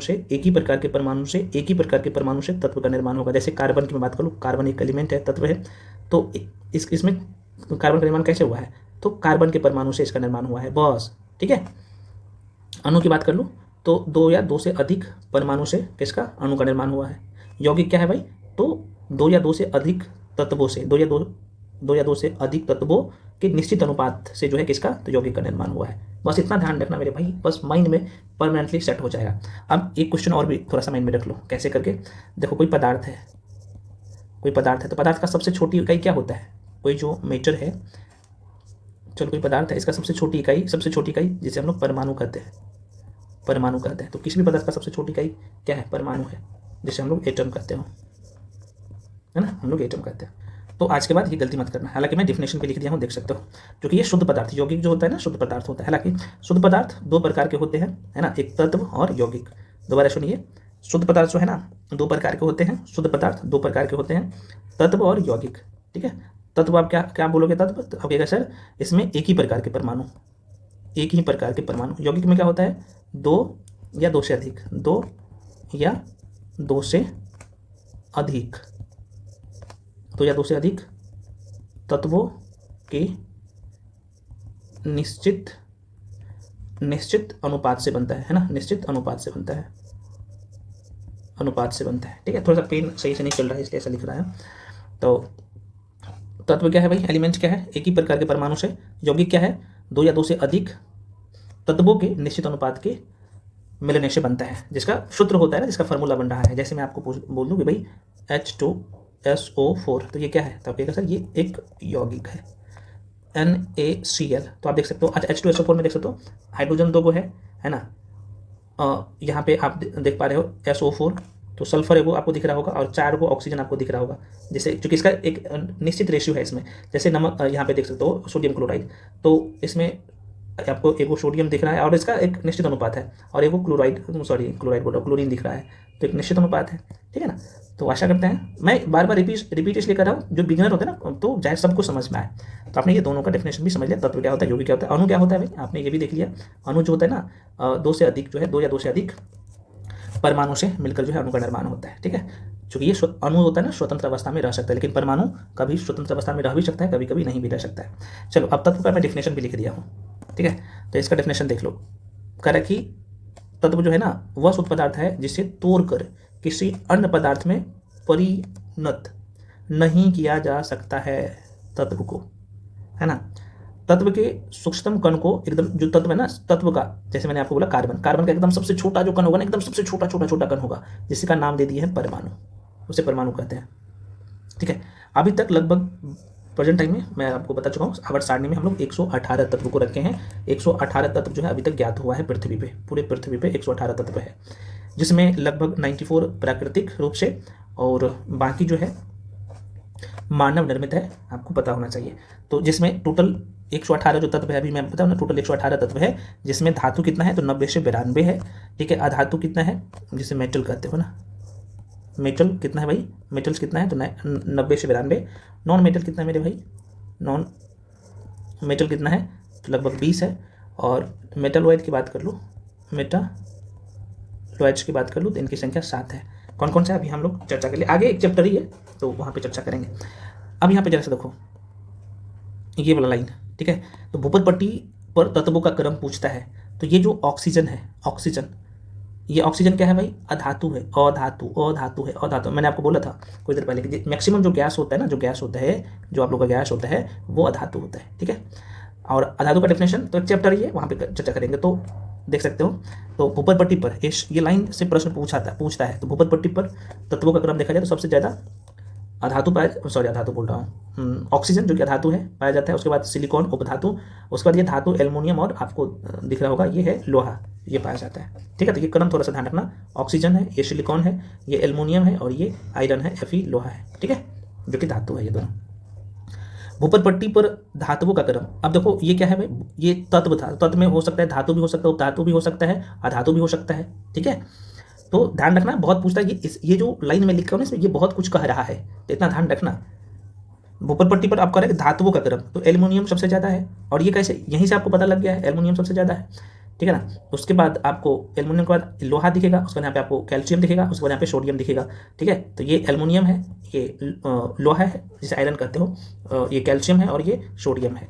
ये मैं क्यों नाम नहीं लिखा हूँ, क्योंकि आपको ये याद करना पड़ेगा, ये चार्ट में दे दिया हूँ, ये याद कर लेना। कैसे याद करना है वो भी अभी कुछ देर में बता दूंगा। तो जो चीज़ हम लोग लिखे हैं ना, ये धातुओं की संख्या भूपर पट्टी पर, तो सबसे ज़्यादा किसकी संख्या है आपने देख लिया, नहीं ये भूपर पट्टी पे तत्वों की संख्या, यहाँ पे लिख लो तत्व, तत्वों की जो बहुलता है सबसे ज़्यादा परसेंट किसका है, तो सबसे ज़्यादा ऑक्सीजन है, ऑक्सीजन है। और ये क्या है भाई, ऑक्सीजन अभी आपने देखा ना, मैं यहाँ पे लिखा ना, ये अधातु है, जितने भी गैस होता है ना मैक्सिमम गैस वो अधातु है। उसके बाद यहाँ पे सिलिकॉन क्या है, तो ये उपधातु है, उपधातु है, अभी आपने देखा था कुछ देर पहले। तो सबसे ज़्यादा किसकी संख्या है, परसेंट बोलिए ना, किसका परसेंट सबसे ज़्यादा है, तो ऑक्सीजन का लगभग 46% है, ठीक है 46%। उसके बाद ऑक्सीजन के बाद सिलिकॉन है, सिलिकॉन कितना है 28% है। उसके बाद सिलिकॉन के बाद कौन सा आपको दिख रहा होगा, एल्युमिनियम आपको दिखेगा, एल्युमिनियम के बाद यहाँ पे आपको आयरन दिखेगा, लोहा, और ये कैल्शियम दिखेगा, सी से कैल्शियम होता है ना 3.5%। उसके बाद यहाँ पे सोडियम दिखेगा, Na का मतलब सोडियम होता है ना 3%, और अदर भी है। तो ये थोड़ा सा चार्ट ध्यान रख लेना, एक दो बार प्रैक्टिस कर लीजिएगा। मानव निर्मित तत्वों का क्रम, मानव निर्मित तत्वों का क्रम, इसे सही कर लेना भाई, मानव निर्मित नहीं होगा, ये सब का सब प्राकृतिक है ना तत्व है, ठीक है प्राकृत तत्व है।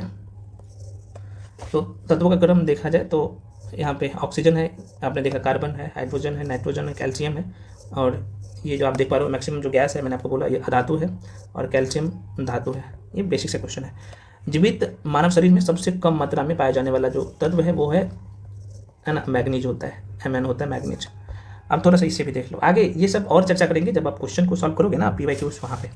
बस अभी कंसेप्ट हम लोग सीखते जा रहे हैं, और एग्जाम में क्वेश्चन बाहर यहाँ से जाता ही नहीं है, इसलिए मैं कह रहा हूँ बार बार करो ये सब, करिए इसे। अब यहाँ पे देखो यौगिक क्या होता है, यौगिक तो हालांकि आपने समझ लिया, अब यहाँ पे मैं लिख भी दिया हूँ। तो कह रहा है कि जब दो या दो से अधिक तत्वों के एक निश्चित अनुपात में मिलाया जाता है तो यौगिक का निर्माण होता है। जैसे दो तत्व, एक इसका आप NCERT में भी आपको यही एग्जाम्पल दिखेगा।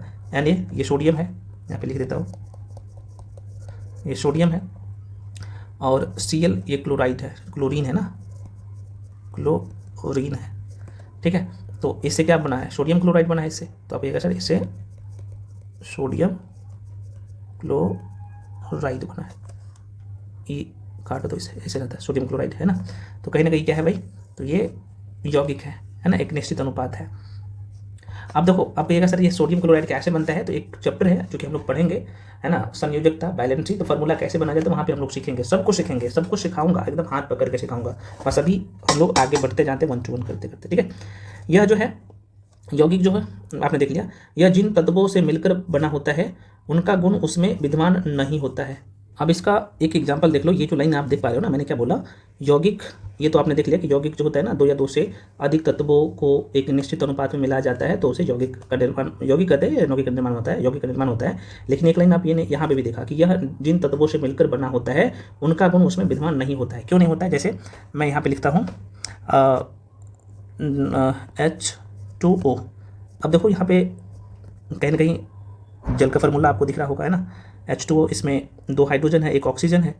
तो यहाँ पे सीधे तौर पे बोल सकते हो कि वह हाइड्रोजन और ऑक्सीजन से मिलकर जल का, पानी का निर्माण होता है। जल का मतलब कि पानी का, यहाँ पे लिख दो पानी, ठीक है। दोबारा सुनिए, पानी की बात कर लो तो हाइड्रोजन और ऑक्सीजन से मिलकर बना है। हाइड्रोजन खुद एक ज्वलनशील है, हाइड्रोजन क्या है, एक ज्वलनशील गैस है, आपको पता होना चाहिए, ज्वलनशील गैस है। और ऑक्सीजन हाइड्रोजन को जलने में कह सकते हो मदद करता है। तो हाइड्रोजन खुद एक बहुत ज्वलनशील गैस है और ऑक्सीजन जलने में मदद करती है। लेकिन जब ये मिलकर दोनों को अगर मिला देते हैं तो जल जो बना है, यहाँ पे आप देख सकते हो जल का जो निर्माण हुआ है, जल लिखो ना यार, क्या लिख दिया, जल मतलब पानी भी बोल सकते हो, ठीक है। तो जब ये दोनों मिलकर, हाइड्रोजन और ऑक्सीजन मिलकर पानी बना, तो देख सकते हो कहीं ना कहीं किसका, आग को बुझाने में कितना मददगार होता है। तो देखो आपको दिख रहा होगा जब पानी बन गया तो दोनों का गुण आपको दिख रहा है, तो यही चीज़ यहाँ पे कह रहा है, ठीक है। तो सीधे तौर पर कहना यहाँ पे कि यौगिक जो होता है ना, जिन तत्वों से मिलकर बना होता है उनका गुण उसमें विद्यमान नहीं होता है। क्योंकि क्यों नहीं होता है तो आप इससे बता देना कि इसका जो बढ़िया एग्जाम्पल है कौन सा, तो कौन सा, H2O, जल का। ठीक है, जल का इसका बढ़िया उदाहरण है। चलो आगे बढ़ते हैं। अब देखो यौगिक का सूक्ष्मतम कण अणु होता है, ये तो आपने पढ़ लिया है। अब देखो अणुओं के प्रकार, टाइप ऑफ मॉलिक्यूल्स, बहुत इंपॉर्टेंट लाइन है, ये भी थोड़ा सा समझना जरूरी होता है। तो सम अथवा तत्व के गुण और विषम अणु, या सम अणु होना चाहिए, ठीक है, सम अणु अथवा तत्व के गुण, विषम अणु अथवा यौगिक के गुण, ठीक है ना। अब देखो भाई, ये आपने हालांकि पहले ही समझ लिया, ये बहुत आसान है। सम अणु नाम से पता चल रहा होगा, तो भाई एक ही प्रकार के परमाणु से ये बनेगा, ठीक है, जिसे हम लोग सम अणु कहेंगे। जैसे यहाँ पे मैंने आपको बोला कि ये ऑक्सीजन है और एक ऑक्सीजन को और मिला दो तो क्या मिला, O2 बना। तो आप देख सकते हो एक ही प्रकार के इसमें क्या है, अणु है, सॉरी परमाणु है। तो हालांकि वो चीज़ लिख भी दिया हूँ आपको, साफ साफ यहाँ पे नजर आ रहा होगा मैंने क्या लिखा हूँ कि ऐसे अणु जो समान प्रकार के परमाणुओं के संयोजन से बने होते हैं इसे सम अणु कहते हैं। सभी तत्वों के अणु, सभी तत्वों के अणु सम अणु होते हैं। मान लो कि मैं आपको बोल दूं कि कार्बन, तो कार्बन जो आप यहाँ पे देख पा रहे हो, तो जाहिर सी बात है जितने भी कार्बन है, जैसे मैं यहाँ पे लिख देता हूँ हाइड्रोजन या ऑक्सीजन या नाइट्रोजन या सोडियम, तो एक ही प्रकार के परमाणु से बना है ना। तो ये सब का सब क्या होता है, सब अणु होता है या सब ना परमाणु, सॉरी सब मैं बोल रहा हूँ, सम परमाणु होता है या सम अणु होता है, एक ही प्रकार के परमाणु से बना है। बहुत आसान है, परमाणु और अणु क्या होता है आपने ये समझ लिया। एग्जाम्पल भी हालांकि लिखते हो, जैसे O2 है तो ऑक्सीजन में दो, एगो ऑक्सीजन और एगो ऑक्सीजन, दो ऑक्सीजन के मिलने से ये एक जो है ऑक्सीजन के परमाणु ये है और एक ऑक्सीजन के परमाणु ये है, तो दो मिलने से आपको अणु का निर्माण दिख रहा होगा, आप साफ साफ देख पा रहे हो। तो इसमें अणु का निर्माण हुआ है, इसे हम लोग सम अणु कहते हैं। इसमें दो जो है ऑक्सीजन का परमाणु है, ठीक है। वही हाइड्रोजन H2 आपको देख रहे हैं, जैसे Cl2 जो क्लोरीन आपको दिख रहा है, इसमें दो परमाणु है, ठीक है। तो ये किससे बना है, तो दो क्लोरीन से ही बना है अणु ये। तो बेसिक चीज़ें हैं। विषम अणु अथवा यौगिक के गुण, अब ये क्या होता है, तो ऐसे अणु, अब देखो आराम से याद भी माइंड में भी रख सकते हो। तो ऐसे अणु जो दो या दो से अधिक तत्वों के परमाणुओं के संयोजन से निर्मित होता है, जिसे हम लोग विषम अणु कहते हैं। या सभी यौगिक के अणु विषम अणु होते हैं। तो यौगिक में क्या होता है, जिसमें दो तत्व का मिश्रण होता है। मैंने आपको एक एग्जांपल दिया था ना, NaCl, सोडियम क्लोराइड में। तो देखो दो अलग अलग तत्व है, यहाँ पे सोडियम आपको दिख रहा है, सोडियम, और यहाँ पे क्लोरीन आपको दिख रहा है, क्लोरीन आपको दिख रहा है। तो दो अलग अलग तत्व है, तो जाहिर सी बात है दो अलग अलग तत्व है, तो सोडियम का परमाणु अलग होगा और क्लोरीन का परमाणु अलग होगा। तो वही चीज़ है यार, बहुत आसान है, बस एक बार कंसेप्ट समझ लोगे ना तो प्रश्न पूछ लेता है कि विषम अणु और अथवा यौगिक के, विषम यौगिक के, जो आप देख सकते हो विषम यौगिक नहीं होगा, यौगिक की जो अणु होता है ना, यौगिक के अणु में क्या होता है, तो यौगिक का निर्माण तो दो अलग अलग एलिमेंट से होता है, जिसका फार्मूला बन रहा है, ठीक है। तो वही चीज़ करें कि ऐसे अणु जो दो या दो से अधिक तत्वों के परमाणुओं के संयोजन से निर्मित होते हैं विषम अणु कहलाते हैं। सभी यौगिक के अणु विषम अणु होते हैं, ठीक है। उदाहरण के लिए जैसे जल हो गया, तो आप देखो ना H2O क्या है, तो ये तो यौगिक है, फार्मूला बन रहा है। तो देखो इसमें दो हाइड्रोजन का क्या है परमाणु है और एक ऑक्सीजन का परमाणु है, जो कि जल का निर्माण कर दिया, ठीक है, यही चीज़ है। वहीं पे कार्बन डाइऑक्साइड CO2, ठीक है ना, CO2, तो एक तो आपको कार्बन यहाँ पे दिखेगा और एक ऑक्सीजन दिखेगा, सॉरी ऑक्सीजन दो है, यहाँ पे दो ऑक्सीजन से मिलकर कार्बन डाइऑक्साइड का निर्माण कर रहा है। देखो कार्बन है और ऑक्सीजन है, तो ये क्या है भाई, विषम अणु या यौगिक के अणु है। अब ये बहुत इंपॉर्टेंट है, ये क्या है भाई, परमाणुकता। अब देखो आपको एटोमिसिटी की बात करूँ ना, यहाँ पे लिख देता हूँ एटोमिसिटी, नाम से पता चल रहा है ये परमाणुकता, मतलब कि ये कह रहा है कि एक यौगिक में या एक अणु में परमाणुओं की संख्या कितना होगा, वो आपको फाइंड आउट करना होता है। यार बहुत आसान है, बच्चे वाली चीज़ है, बस आपको समझ में आना चाहिए। और समझा तो हम रहे हैं, वीडियो को 2 से 3 बार देखिए। अब देखो इसका डेफिनेशन भी पहले देख लीजिए। तो डेफिनेशन में क्या लिखा हुआ है, कह रहा है कि किसी तत्व अथवा यौगिक के एक अणु, एक लाइन देखिएगा, एक अणु के निर्माण में प्रयुक्त होने वाले परमाणुओं की संख्या उस तत्व या यौगिक, तत्व अथवा यौगिक या बोल सकते हो यौगिक की उसे हम लोग परमाणुकता कहते हैं। दोबारा सुनिए, कोई बात नहीं, ये NCERT का लाइन है, इसलिए आपको ऊपर दिख रहा होगा। अरे किसी तत्व अथवा यौगिक के एक अणु के निर्माण में प्रयुक्त होने वाला परमाणुओं की संख्या उस तत्व अथवा यौगिक की परमाणुकता कहलाती है, ठीक है। परमाणुकता के आधार पर अणुओं को 4 भागों में बांटा गया है। अब देखो यहाँ इसे थोड़ा सा और सिंपल करते हैं। एटोमिसिटी की, है ना, परमाणुकता को और थोड़ा सा सिंपल करते हैं। मैंने आपको अभी क्या बोला, मैंने ये बोला कि ये जो परमाणुकता होता है ना, एक्चुअली ये परमाणुओं की संख्या, किसी भी अणु की मैं बात कर लूँ या यौगिक की बात कर लूँ, तो उसमें जो परमाणुओं की संख्या होता है ना, वही परमाणुकता कहलाता है। बस इतना ध्यान रखना, बेसिक बातें हैं। तो क्या कह रहा है कि परमाणुकता के आधार पर अणुओं को 4 भागों में बांटा गया है। जैसे यहाँ पे आप आर्गन देखोगे, तो अगर एगो आर्गन होगा तो उसका एक ही परमाणु लिखेंगे, लिखेंगे ना, बहुत आसान है। तो एकल इसमें परमाणु है, तो इसे हम लोग क्या कहेंगे भाई, इसमें एक ही परमाणु है तो इनकी परमाणुकता 1 हो जाएगा, इसमें परमाणु की संख्या 1 हो जाएगा, ठीक है, आर्गन में। यहीं पे अगर मैं हीलियम की बात कर लूँ, यहाँ पे अगर एगो हीलियम है तो जाहिर सी बात है, एगो हीलियम है तो इसमें परमाणु की संख्या 1 ही होगा, तो इसमें ये भी एकल परमाणुकता वाले क्या है भाई, तत्व है। आपको यहाँ पे साफ साफ दिख रहा होगा, ठीक है। या ऐसे बोल सकते हो एक परमाणु के अणु। अगर मैं आयरन की बात कर लूँ, आयरन Fe का, तो आयरन में क्या है भाई, इसमें अगर एक ही परमाणु होगा तो इसमें बोल देंगे कि भाई ये भी एकल परमाणुकता वाला जो है क्या है, अणु है।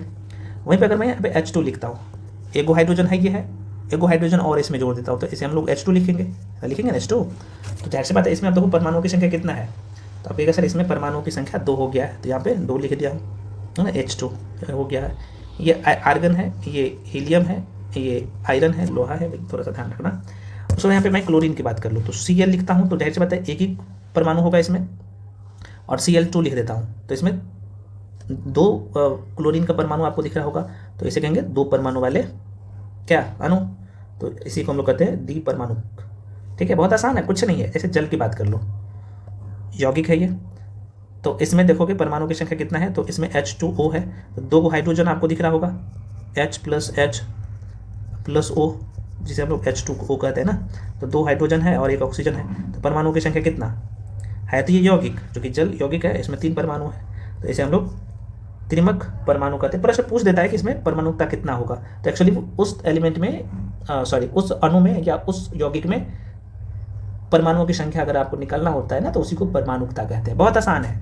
जैसे अमोनिया यौगिक है, अमोनिया कितने लोग समझ पा रहे हैं अमोनिया के बारे में, तो इसमें तो अमोनिया का फार्मूला अगर आपको पता होगा, यौगिक है तो आपको पता है कि NH3 होता है। तो देखो इसमें एगो तो N है, नाइट्रोजन है, और हाइड्रोजन क्या को आपको दिख रहा होगा, तो एक सर 3 गो, तो एगो तो परमाणु है किसका, नाइट्रोजन का, और हाइड्रोजन का 3 गो परमाणु है, तो परमाणु की संख्या कितना हो गया, 4 गो हो गया। तो आप कह सकते हो अमोनिया में देखा जाए तो क्या है भाई, परमाणुओं की संख्या 4 है, तो आप कह सकते हो यह जो है 4 परमाणुकता वाला क्या है, यौगिक है। बस बहुत आसान है, हलवा है। जैसे सल्फर की बात कर ले, और आपको पता ना कि सल्फर का S होता है, और 8 को सल्फर मिला दो, है ना, तो एसाइट हो गया, है ना, एसाइट।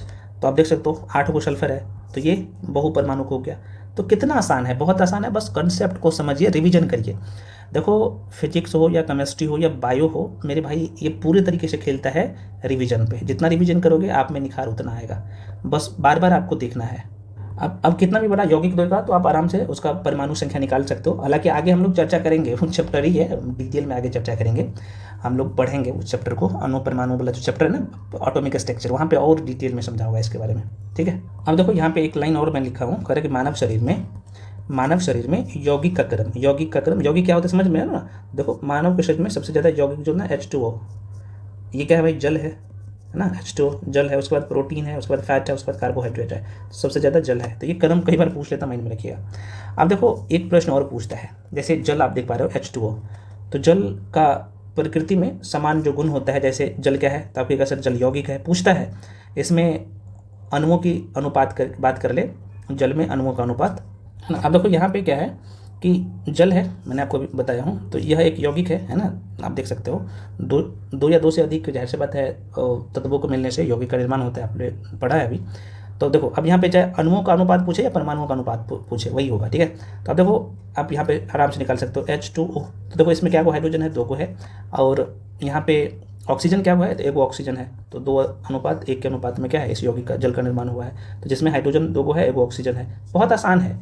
अब परमाणु भार का अनुपात कितना है, परमाणु भार का अनुपात। अब ये थोड़ा सा आपको लगेगा कि सर ये क्या होता है। अब परमाणु भार, हालांकि आगे मैं डिटेल में बताऊंगा, अभी आप इतना समझ लो। तो जल का परमाणु भार होता है ना, ये 1:8 होता है, चर्चा करेंगे। अब यहाँ पे आपसे पूछा जाए कि भाई H2O जो है, जो जल है, उसमें परमाणु संख्या कितना है, तो आपको कहेगा सर परमाणु संख्या 3 है, ठीक है, 3 कैसे है, तो चूंकि आप 2 जो है हाइड्रोजन है और 2 हाइड्रोजन का परमाणु है ना, 2 हाइड्रोजन का परमाणु और 1 ऑक्सीजन का परमाणु है, तो 3 हो जाएगा। तत्वों की संख्या, इसमें तत्व क्या है, तो 2 तत्व है, 1 हाइड्रोजन है, 1 ऑक्सीजन है, ठीक है ना। इसका क्वथनांक क्या होता है, जल का क्वथनांक क्या होता है आप सबको पता है। तो जल का क्वथनांक का मतलब जो जल उबलने लगता है, तो 100 डिग्री सेल्सियस पर अगर आपसे केल्विन में पूछा जाए तो 373 डिग्री केल्विन पे उबलने लगता है। वही अगर रूमर की बात कर लो तो 80 रूमर पर खौलने लगता है जल, है ना, उबलने लगता है। 212 फ़ारेनहाइट पूछा जाए, 212 डिग्री फ़ारेनहाइट हो जाएगा। हिमांक की बात कर ले तो जल भाई 0 डिग्री सेल्सियस पर जम जाता है ना। और ये हिमांक का मतलब होता है भाई, आपको साफ साफ दिख रहा है फ्रीजिंग का बात हो रहा है ना। तो 0 डिग्री सेल्सियस में पूछा था 0 डिग्री हो जाएगा, केल्विन में पूछा जाएगा तो 273 डिग्री केल्विन हो जाएगा। 0 डिग्री रोमन हो जाएगा, रोमन में पूछा जाएगा कि जल बर्फ कब बन जाएगा, तो और फ़ारेनहाइट पूछा जाएगा तो 32 डिग्री फ़ारेनहाइट। और ये सब मैं आपको फिजिक्स का 1 शॉट वीडियो दिया हूँ, और फिजिक्स का क्लास जैसे बात आप लोग कर लिए हैं, तो उसमें बहुत कायदे से एक टॉपिक ही है, सॉरी तत्व बोल दिया, एक टॉपिक ही है हीट और टेम्परेचर, है ना, ताप और उष्मा करके एक चैप्टर है जो कि बहुत कायदे से ये सब पढ़ा दिया हूँ, आपको समझ में आ जाएगा, ठीक है। अब थोड़ा सा ये सरसरी निगाहों में देख लो भाई, मिक्सचर क्या होता है ना, मिश्रण क्या होता है। तो देखो करा कि जब 2 या 2 से अधिक पदार्थों को किसी भी अनुपात में मिलाया जाता है तो उसे मिश्रण कहते हैं। मिश्रण में उनके अवयवी तत्वों के गुण जो है मौजूद होते हैं। मान लो कि 2, जैसे नींबू पानी आप पीते हो तो नींबू का और पानी का कहीं ना कहीं स्वाद आता है, मतलब कि नींबू पानी में आप देखोगे तो चीनी डाल देते तो चीनी का स्वाद अलग आपको आएगा और नींबू का भी स्वाद आता है, वही कह रहा है, ठीक है। जैसे हवा, बारूद, चीनी, पानी का मिश्रण आदि। कह रहे कि सभी मिश्र धातुएं मिश्रण है, जैसे पीतल, कांसा, नाइक्रोम आदि ये मिश्रण है। मिश्रण के प्रकार की बात कर ले तो समांगी मिश्रण होता है ना, और दूसरा जो होता है विषमांगी मिश्रण। तो एक बार इसे देख लो। समांगी मिश्रण में क्या होगा, जिस मिश्रण में प्रत्येक भाग के सभी गुण एक समान होते हैं उसे समांगी मिश्रण कहते हैं। या फिर आप बोल सकते हो 2 या 2 से अधिक मिश्रणीय द्रव्यों का मिश्रण को भी समांगी मिश्रण कहते हैं। जैसे चीनी का नमक में विलयन को हम लोग समांगी मिश्रण कहते हैं। अल्कोहल तथा जल का मिश्रण, ये समांगी मिश्रण होता है, ठीक है। विषमांगी मिश्रण में क्या है, तो जिस मिश्रण के प्रत्येक भाग के गुण एक समान नहीं होते हैं उसे विषमांगी मिश्रण कहते हैं। बहुत आसान है, जैसे रेत और जल को मिला दो तो जाहिर सी बात है आपको साफ साफ नजर आएगा, दिखेगा, है ना। तो रेत और जल का मिश्रण, पेट्रोल और जल का मिश्रण, वो भी आपको आप साफ साफ दिखेगा। दूध और मिश्र धातु का मिश्रण, ये विषमांगी मिश्रण है, ठीक है। अब देखो इस लाइन को देखिएगा। अब देखो अधिकांश मिश्रण जो होता है ना वो विषमांगी मिश्रण होते हैं, केवल विलयन और मिश्र धातु समांगी मिश्रण होते हैं, जो कि चर्चा करेंगे। जैसे तत्व की मैं बात कर लूँ तो अकेले सूत्र होता है तत्व का, जैसे लोहा हो गया, है ना। यहाँ पे Ni आपको निकेल दिखेगा, ये कोबाल्ट आपको दिखेगा CO, है ना। यौगिक की बात करो 2 या 2 से अधिक सूत्र, 2 या 2 से अधिक पदार्थ का कह सकते हो कि मिलने से बनता है यौगिक। जैसे यहाँ पे कार्बन दिख रहा होगा, ऑक्सीजन दिख रहा होगा, यहाँ पे हाइड्रोजन है, ऑक्सीजन है, ठीक है। ये सब अभी आप मिश्रण की बात करो तो कोई सूत्र नहीं होता है। एग्जाम्पल के तौर पे शरबत, वायु, ये सब आपने देख लिया। तो फ्रेंड्स यहीं पे छोड़ देता हूँ, ठीक है। कितना है, 1 मिनट अभी है, एक पार्ट और दे देता हूँ, ठीक है, एक पार्ट और दे देता हूँ। तो ये साथ में उसका MCQ भी करवा दूंगा, ठीक है ना, उसी में, तो आप लोग का हो जाएगा क्लियर ही। चूँकि ये बहुत ही इंपॉर्टेंट लाइन है, यहाँ से प्रश्न पूछता है ना, तो एक पार्ट और दे दूंगा इसका। वो छोटा सा रहेगा, मुझे लगता है कि 30 से 35 मिनट का वीडियो रहेगा। उसके बाद अगला चैप्टर हम लोग का शुरू हो जाएगा, क्योंकि एक ही वीडियो में एक पूरा टॉपिक कंप्लीट करवा देता हूँ। अगला चैप्टर जो है ना एकदम दमदार जो शुरू हो जाता है ना, आपको 9th और 10th क्लास दोनों के NCERT में दिख जाएगा, परमाणु संरचना, वो हम लोग अगले वीडियो में पूरा कर लेंगे, ठीक है। और एक ही वीडियो में पूरा करवा भी दूंगा। बस आप लोग क्या करो, वीडियो को लाइक कर दो, चैनल को सब्सक्राइब करके रख लो, और बस जितना दिया जा रहा है, जितना करवाया जा रहा है करते जाइए, बोनाफाइड बन जाइएगा। मिलते हैं अगले वीडियो में, और ये वीडियो यूट्यूब पे भी कोशिश करूँगा देने का, तो सभी लोग भाई सब्सक्राइब कर लेना चैनल को, और टेलीग्राम पे जाके सभी लोग जुड़ जाइएगा। मिलते हैं अगले वीडियो में, तब तक के लिए जय हिंद।